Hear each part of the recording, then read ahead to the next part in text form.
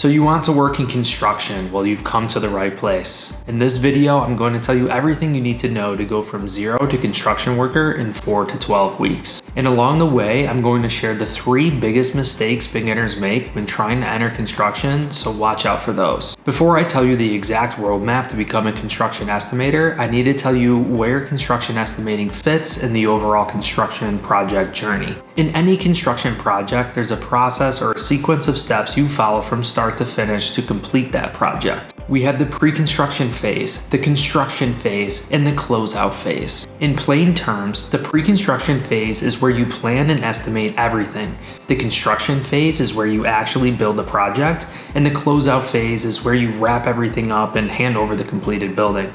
It might be easier to understand all of this with an example. Let's say we're trying to build a new office building. Well, the pre-construction phase is what happens before any actual construction.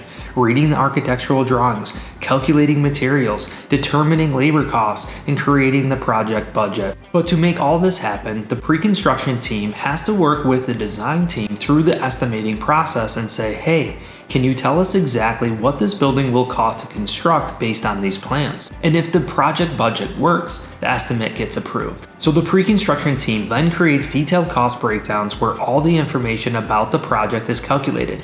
What materials you'll need, how much labor will cost, what equipment is required, all that information. The pre-construction team, through detailed analysis, computes the final project costs, sends that back up to owners and the design team. They review it and either approve the budget or ask for changes, and then you move forward with actual construction.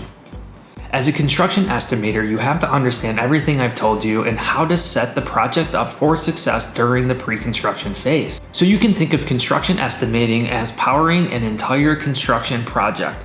It's often where some of the most interesting and complex problems live.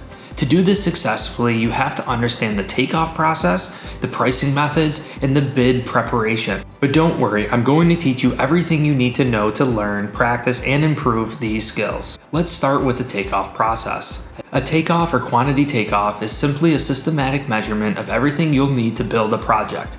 The estimator and the project team essentially outline what materials and labor the project will require and what quantities of each thing you'll need. And the place where all this measuring and calculating happens is in the construction documents, and they simply live in PDF format or CAD software. There are different methods when it comes to takeoffs, manual takeoffs and digital takeoffs. Since digital takeoffs are more accurate and efficient, I recommend starting there. There are really only 4 main measurement types you need to know for takeoffs: linear, area, volume, and count.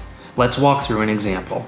Let's say we're calculating flooring for our office building. Well, the area measurement might be the estimator measures each room's square footage and calculates the total flooring needed. And the project team says we need 5,000 square feet of carpet tile.